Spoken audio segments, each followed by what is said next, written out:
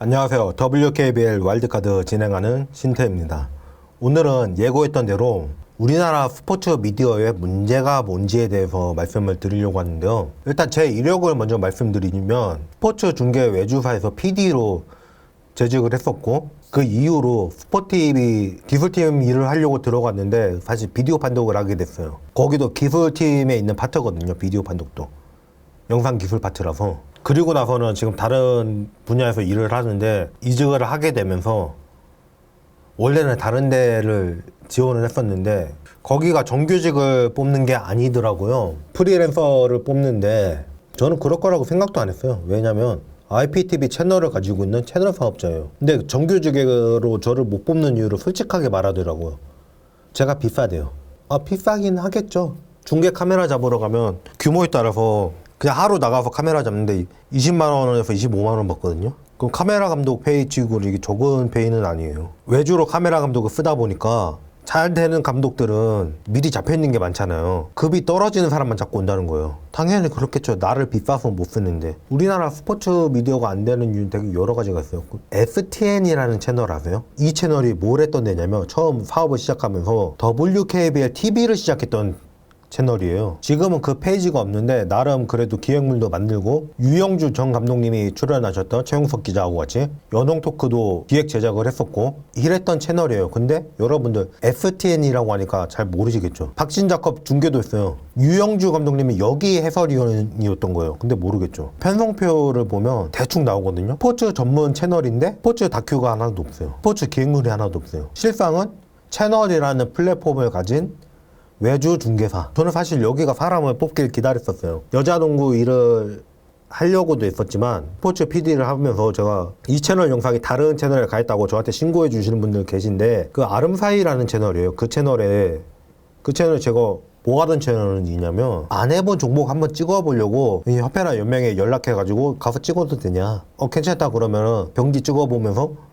이 종목 이렇게 찍어야 되는구나, 그거 하던 채널이에요. 채널 이름은 나름 생각해서 지은 건데, 그게 로고 보시면 아시겠지만 알음인지 아름인지 일부러 헷갈리게 그렇게 써놨어요. 알고 봐야지 되게 아름다운 거구나, 이게 보이는 거고, 미적인 걸 봐야지 그 다음 알고 싶어지는 거고, 그 사이를 잡고 싶었고. 보통 미디어라는 말을 많이 쓰는데 이 미디어가 어원이 미디움이에요. 중간이란 뜻이에요. 노는 언니의 제가 찍은 영상도 제공을 해봤고, 그러면서 육상 붐의 때 양예빈 선수나 이런 선수도 찍어봤었고. 근데 STN이 그 시기부터 육상 중계를 했어요. 저는 원칙이 있었어요. 주간 중계사가 있으면 그 중계사의 권리는 침해하지 않는다. 어디가 중계를 한다 그러면 그건 안 하고, 근데 중계가 들어오는데 옆에 다른 경기는 중계를 안 합니다. 그럼 그걸 찍었어요. 그거 하게 되면서 뭐 뭉쳐찬다에 나온 적도 있는 이장군 선수랑 같이 밥 먹기도 하고, 스포츠 중계 PD 일할 때는 이영택 이사장이랑도 한번 술잔 교육받고. 클라이언트 중에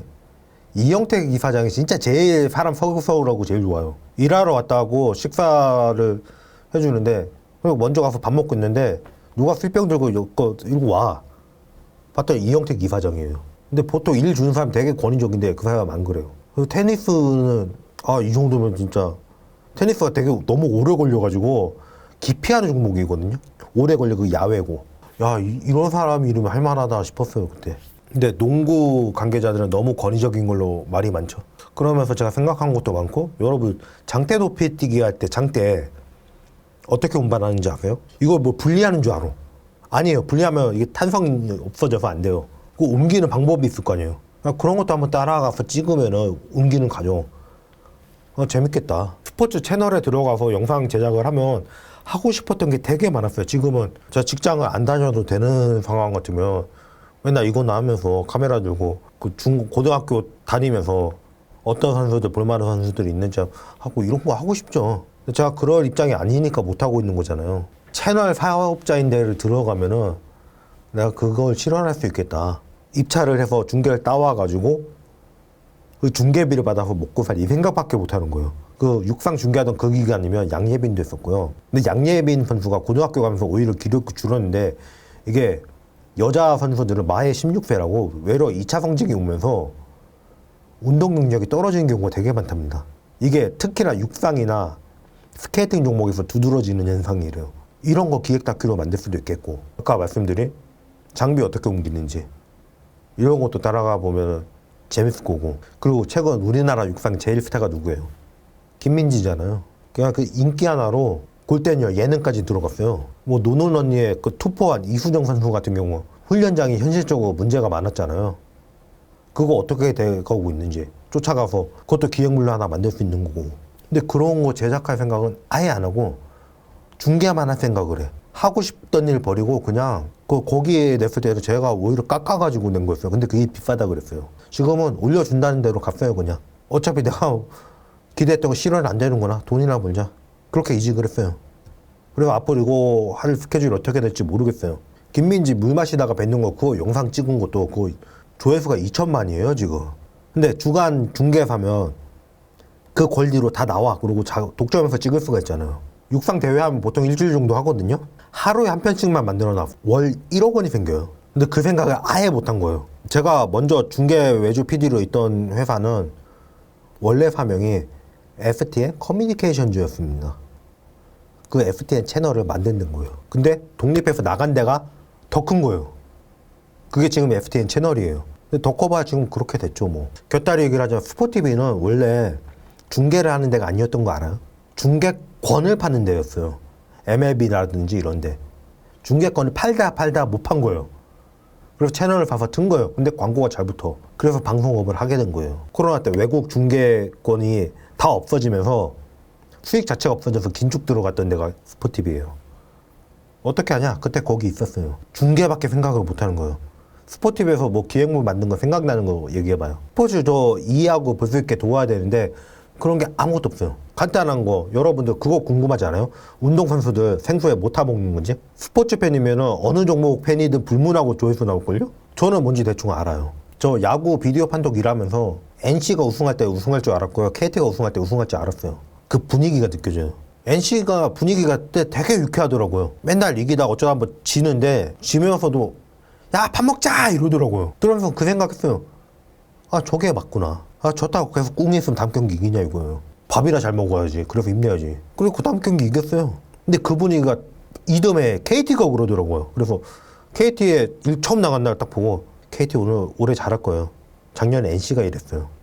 NC는 그때 그 분위기가 안 나더라고요. 이거 길게 보면 이게 팀 분위기야 성적의 상관관계 이런 것도 만들 수 있는 거고, 강백호 선수 같은 경우는 그날 부진하니까 딱 투수들이랑 분석해놓은 거 다 더가에 붙어있거든요. 그거 보면서 코치님하고 다시 타격 코치를 부르더니 얘기하다가 쑥 들어가더라고요.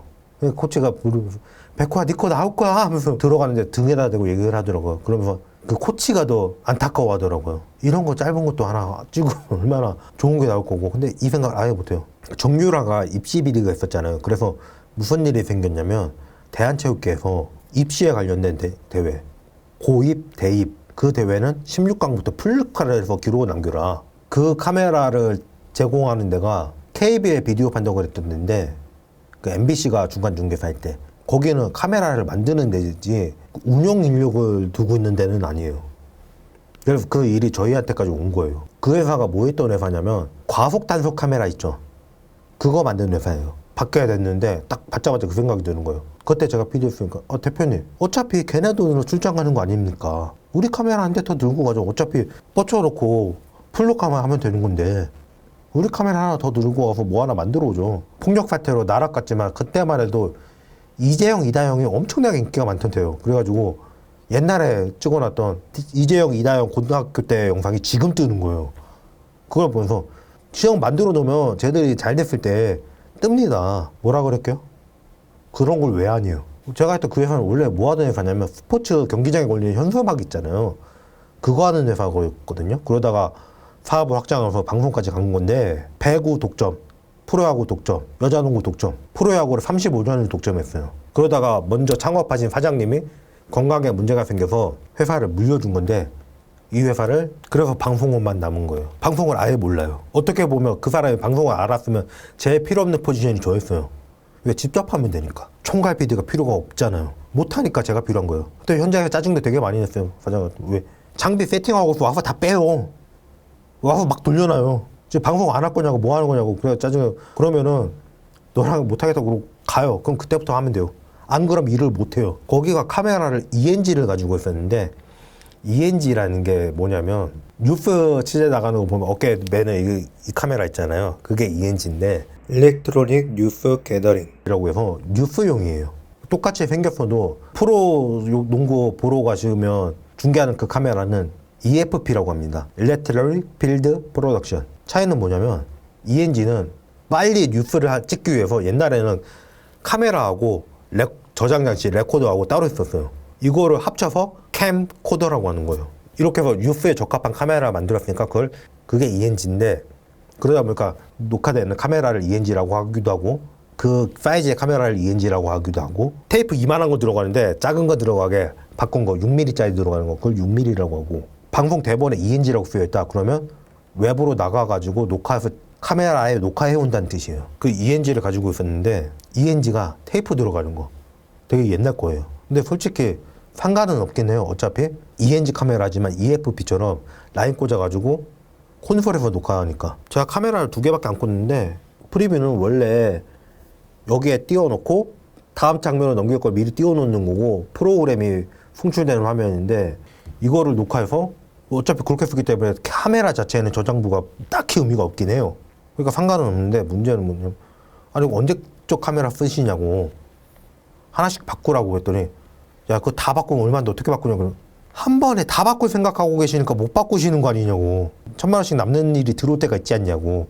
그때 한 대 바꾸라고. 한 대 바꾸고 다음에 일 딸 때 장비 업그레이드 됐다고 하나씩 바꿀 때마다 약치시라고. 근데 그 생각 그제서 처음 해봤나 봐요. 근데 아직도 안 바꾸고 지금 방송국을 접었어요. 하다 안 되겠다 그러고 거기 퇴사했거든요. 거기가 우리나라 스포츠 웬만한 데는 다 인맥이 있기 때문에 여기 되겠다고 갔던 건데, 그렇더라고요 현실이. 사람들이 카메라가 크면 되게 좋은 줄 알아요. 여기에 저를 찍는 카메라가 어떤 거냐면, 자 이거 보이시죠? 이게 6mm예요. 똑같은 거 여기 있죠? 근데 이것도 테이프 들어가는 거예요. 근데 똑같이 여기도 라인 꽂아가지고 스위처에서 쓰니까 어차피 별 의미 없으니까 이거 쓰는 거예요. 솔직히 핸드폰으로 찍어도 되는데 핸드폰으로 찍는 거 왜 안 하냐면 꼭 그러고서 핸드폰에 전화 와. 사람들이 카메라가 크면 좋은 줄 알아요. 근데 동시대에 나온 거는 큰 게 좀 여러 가지 확장 액세서리도 달 수 있고, 전자제품 작으면은 이게 열이 빠지지 않아가지고 장기간 녹화에 안 좋아요. 그런 면에서도 유리하고, 좀 부품도 큰 거 들어갈 수 있으니까 동시대에 나온 거는 큰 게 더 비싸고 좋은 게 맞긴 해요. 근데 그건 동시대에 나왔을 때 얘기지. 비주얼 가지고 할 건 아니니까 그냥 아무거나 쓰면 되니까 이거 쓰는 거예요. 저를 찍는 또 한 대의 카메라가 이거예요. 흔히 똑딱이라고 하는데 이거는 제가 아무것도 안 만지고 그냥 영상 쓰는 거예요. 저희 어깨용으로 튄다고 하는데 카메라 다른 게 너무 차이가 나니까, 그래서 이거는 좀 영상을 살짝 만져요. 이게 안 만진 거예요. 이게 훨씬 큰데 왜 그럴까요? 이게 훨씬 낮은 기술이니까. 근데 클라이언트들은 그렇게 생각 안 해요. 무조건 카메라가 등치 크면 다 좋은 줄 알아요. 카메라에 300만 원 투자한다고 퀄리티에 그렇게 차이가 안 나요. 근데 삼각대에 30만 원 투자하면은 화면 안정성에서 엄청난 차이가 납니다. 이걸 몰라요. 삼각대를 무조건 제일 싼 거 쓰려고 그래요. 그리고 카메라는 뭘 쓰려고 하냐? 무조건 큰 거. 왜? 옛날 거라 가지고 싸든 어쩌든 관심 없어요. 왜? 클라이언트들은 뭔가 카메라가 큼직큼직하게 서 있는 거 좋아해요. 저한테는 클라이언트들이 니네 사장님이랑 일 못하겠다고 솔직하게 얘기를 해요. 그러면 제가 업체를 딴 데를 소개해, 그 사람이 왜 그런지 내가 아니까 난색을 펴요. 거기가 여기보다 장비도 좋고, 그런데 왜요? 그랬더니 카메라가 작대요. 한 번은 제가 스키 중계 외주 카메라 감독으로 일을 갔는데, 제가 가서 피니시 라인 들어오는 거 그거 받아주는 거 그거 찍었는데, 제가 그거 하니까 이런 거 처음 봤나 봐요. ENG 카메라를 어디서 태역한 거 구해가지고 그냥 새우만 넣을까 이 고민을 하더라고. 왜? 그래야 클라이언트들은 그게 좋은 줄 아니까. 아무리 이게 더 좋은 기술이에요 설명해봐야 의미가 없는 거예요. 비슷한 돈이면 점점 더 고물로 가는 거예요. 요새 공중파 예능 핸드캠으로 다 찍어요. 저것도 공중파 예능에 쓰여요. 집에 카메라 설치돼 있죠. 그 핸드캠, 액션캠 써요. 근데 화질 좋은 건 그런 건데, 그냥 뻗쳐놓은 꼬물 보고 그건 줄 알고 제일 화질 안 좋은 게 그건데, 와 카메라 그러니까 화질이 좋다 이래요. 그러면 저는 컷 넘기면서 웃죠. 자진해서 눈탱이 맞고 다니는 거예요. 스포츠 협회들이. 아무리 태역한 거여도 ENG급이면 가격이 공이 하나 더 붙습니다. 그러니까 그걸 맞춰야 되니까 나머지 전혀 퀄리티를 못 내는 거예요.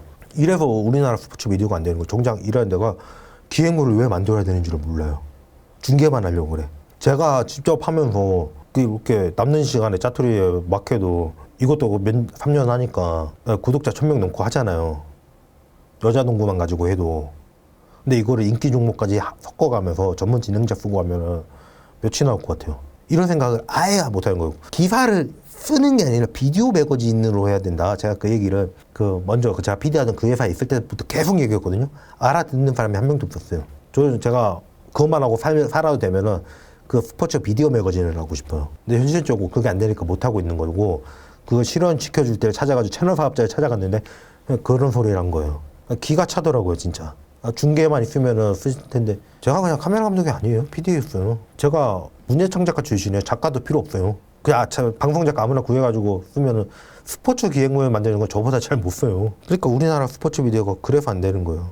다 어떻게 중계를 칠 생각밖에 안 해요. 그리고 겨울 되잖아요. 일이 프로농구, 프로배구, 빙상 이거밖에 없어요.